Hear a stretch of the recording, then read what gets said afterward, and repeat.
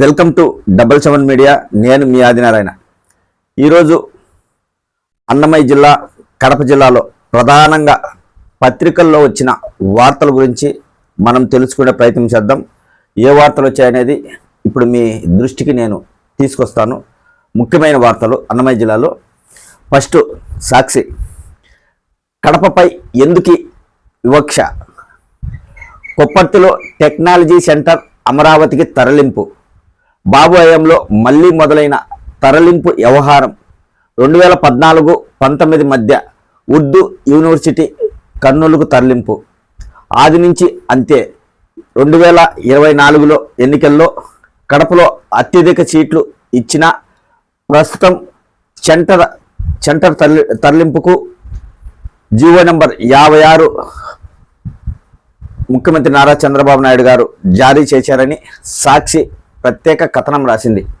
అంటే కడప పట్టణంపై, కడప నగరంపై కూటమి ప్రభుత్వం వివక్ష చూపుతుంది.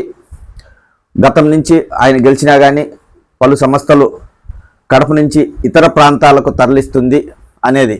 ఇప్పుడు ముఖ్యంగా ఇప్పుడు తరలించేది ఏంటంటే కొప్పర్తికి చెందిన పారిశ్రామిక కొత్త పిల్ల ఇప్పుడు ఒక సంస్థ ఏర్పాటు చేసింది వైసీపీ ప్రభుత్వం.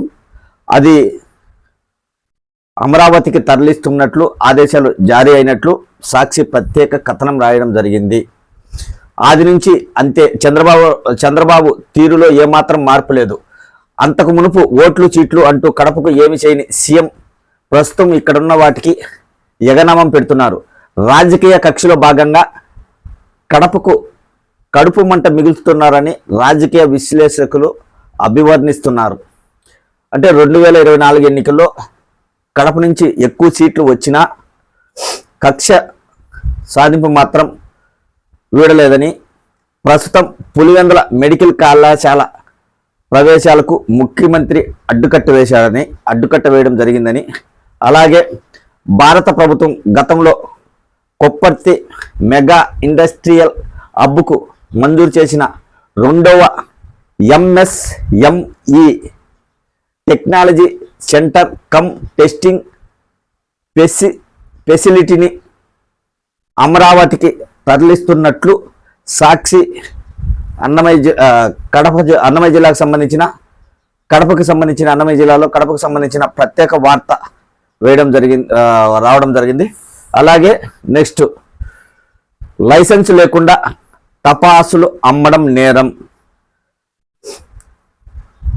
పోలీస్ అధికారులతో జిల్లా కలెక్టర్ శ్యామకూరి శ్రీధర్ సమావేశం నిర్వహించి లైసెన్సులు లేకుండా, త్వరలో దీపావళి పండుగ వస్తుంది కాబట్టి లైసెన్సులు లేకుండా ఎవరు టపాసులు అమ్మరాదని, అలాంటి వారిపై లైసెన్సులు లేకుండా టపాసు దుకాణాలు ఏర్పాటు చేస్తే అలాంటి వారిపై చర్యలు తీసుకుంటామని ఒక సందేశం ఇవ్వడం జరిగింది. అలాగే అర్హులందరికీ ప్రభుత్వ సంక్షేమ పథకాలు, మండిపల్లి రాంప్రసాద్ రెడ్డి మంత్రి, రవాణా శాఖ మంత్రి మండిపల్లి రాంప్రసాద్ రెడ్డి ఆయన గాలివీడు మండలంలో ఇది మంచి ప్రభుత్వం కార్యక్రమం నిర్వహించారు. ఆ కార్యక్రమం సందర్భంగా అర్హులైన పేదలందరికీ కూటమి ప్రభుత్వంలో అన్ని పథకాలు అందించడం జరుగుతుందని ప్రజలకు వెల్లడించడం జరిగింది. అలాగే నెక్స్ట్ వార్త చూస్తే అమ్మ ఆకలి, ఇది సిద్ధవాటం మండలంలో జరిగింది. సిద్ధవాటం మండలంలో 2 పిల్లలు చనిపోయిన సంఘటన అందరి కంట కన్నీరు పెట్టిస్తుంది. చాలా చిన్నపిల్లలు, వారి తల్లిదండ్రులు చిత్తు కాగితాలు వేరుకొని అవి అమ్ముకుంటూ జీవనం సాగించేవారు. ఇక్కడ ప్రధానంగా ఏంటంటే పౌష్టిక ఆహార లోపంతో 2 చిన్నారులు చనిపోయిన సంఘటన అన్నమయ్య జిల్లా సిద్ధవాటం మండలంలో మంగళవారం చోటు చేసుకుంది.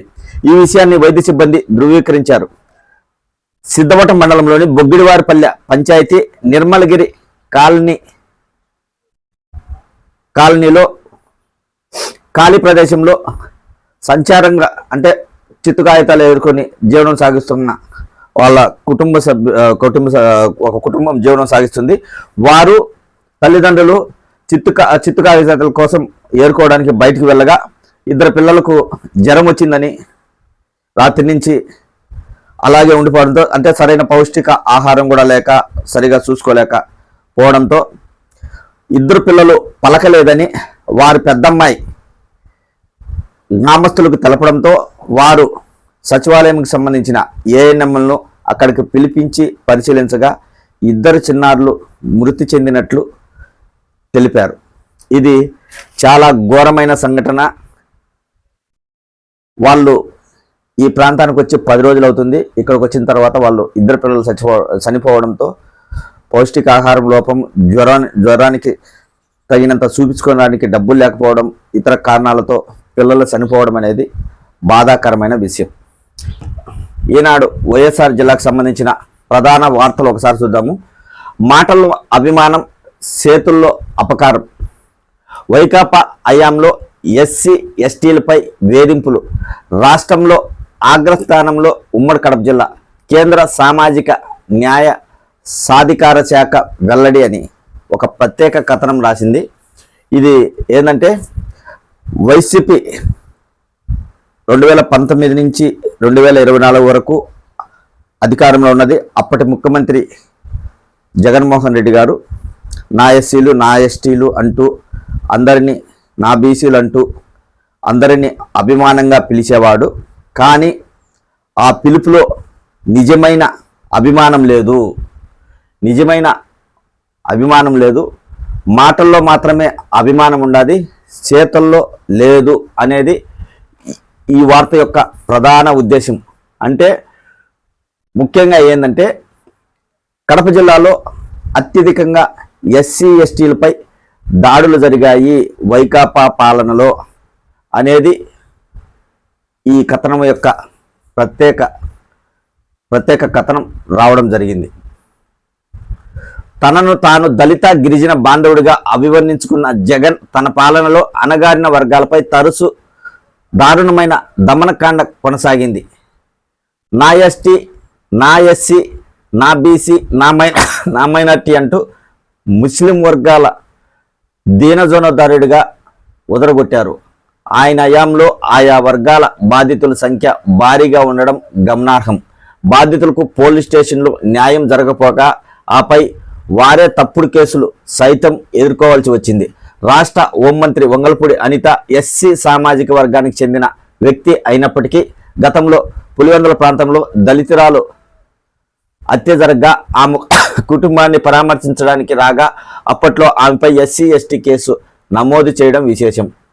ఇప్పటికే ఆ కేసు కడప కోర్టులో నడుస్తుందనేది ఇక్కడ దళితులపై ఎక్కువ దాడులు జరిగాయని. నెక్స్ట్ వార్త వచ్చి శిలాఫలకంలో పేరు కోసమా బదిలీ రద్దు కోసమా జెడ్పీ వాణిజ్య సముదాయం ప్రారంభోత్సవం నేడు. అంటే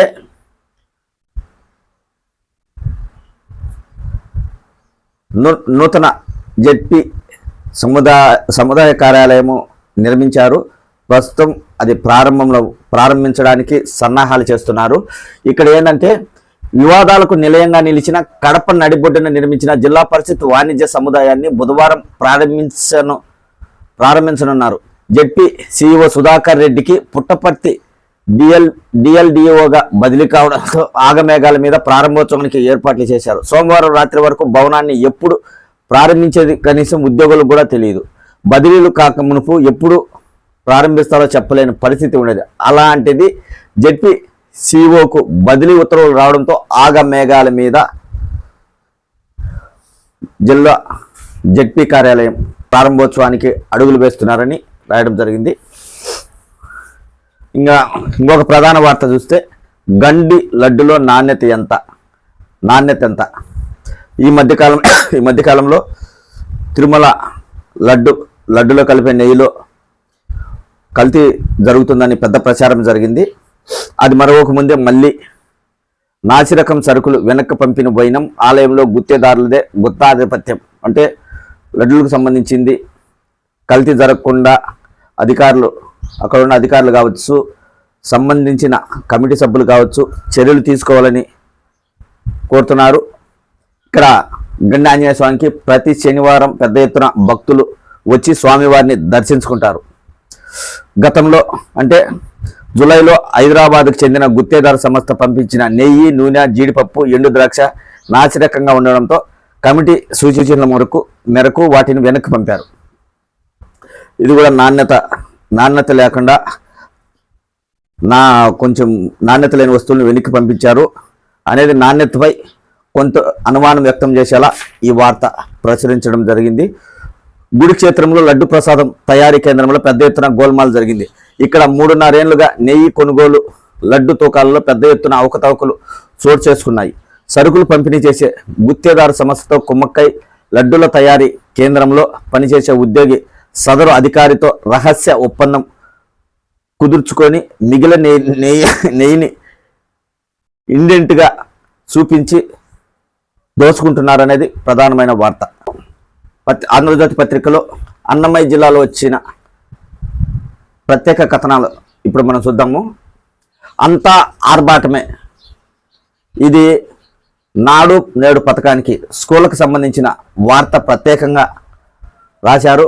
ఇది ప్రత్యేక స్టోరీ రాయడం జరిగింది ఆంధ్రజ్యోతిలో. ఏంటంటే నిధులు ఇవ్వలేదు, పనులు చేయలేదు, అన్ని స్కూళ్ళల్లోనూ అస్తవ్యస్తంగా నాడు నేడు పనులు, సకాలంలో సామాగ్రి సరఫరా చేయని ప్రభుత్వం, తలలు పట్టుకుంటున్న ప్రధానోపాధ్యాయులు, కోట్లు ఖర్చు చేసినా ఉపయోగం లేని పనులు, విద్యార్థులు ఉపాధ్యాయులకు తప్పని తిప్పలు.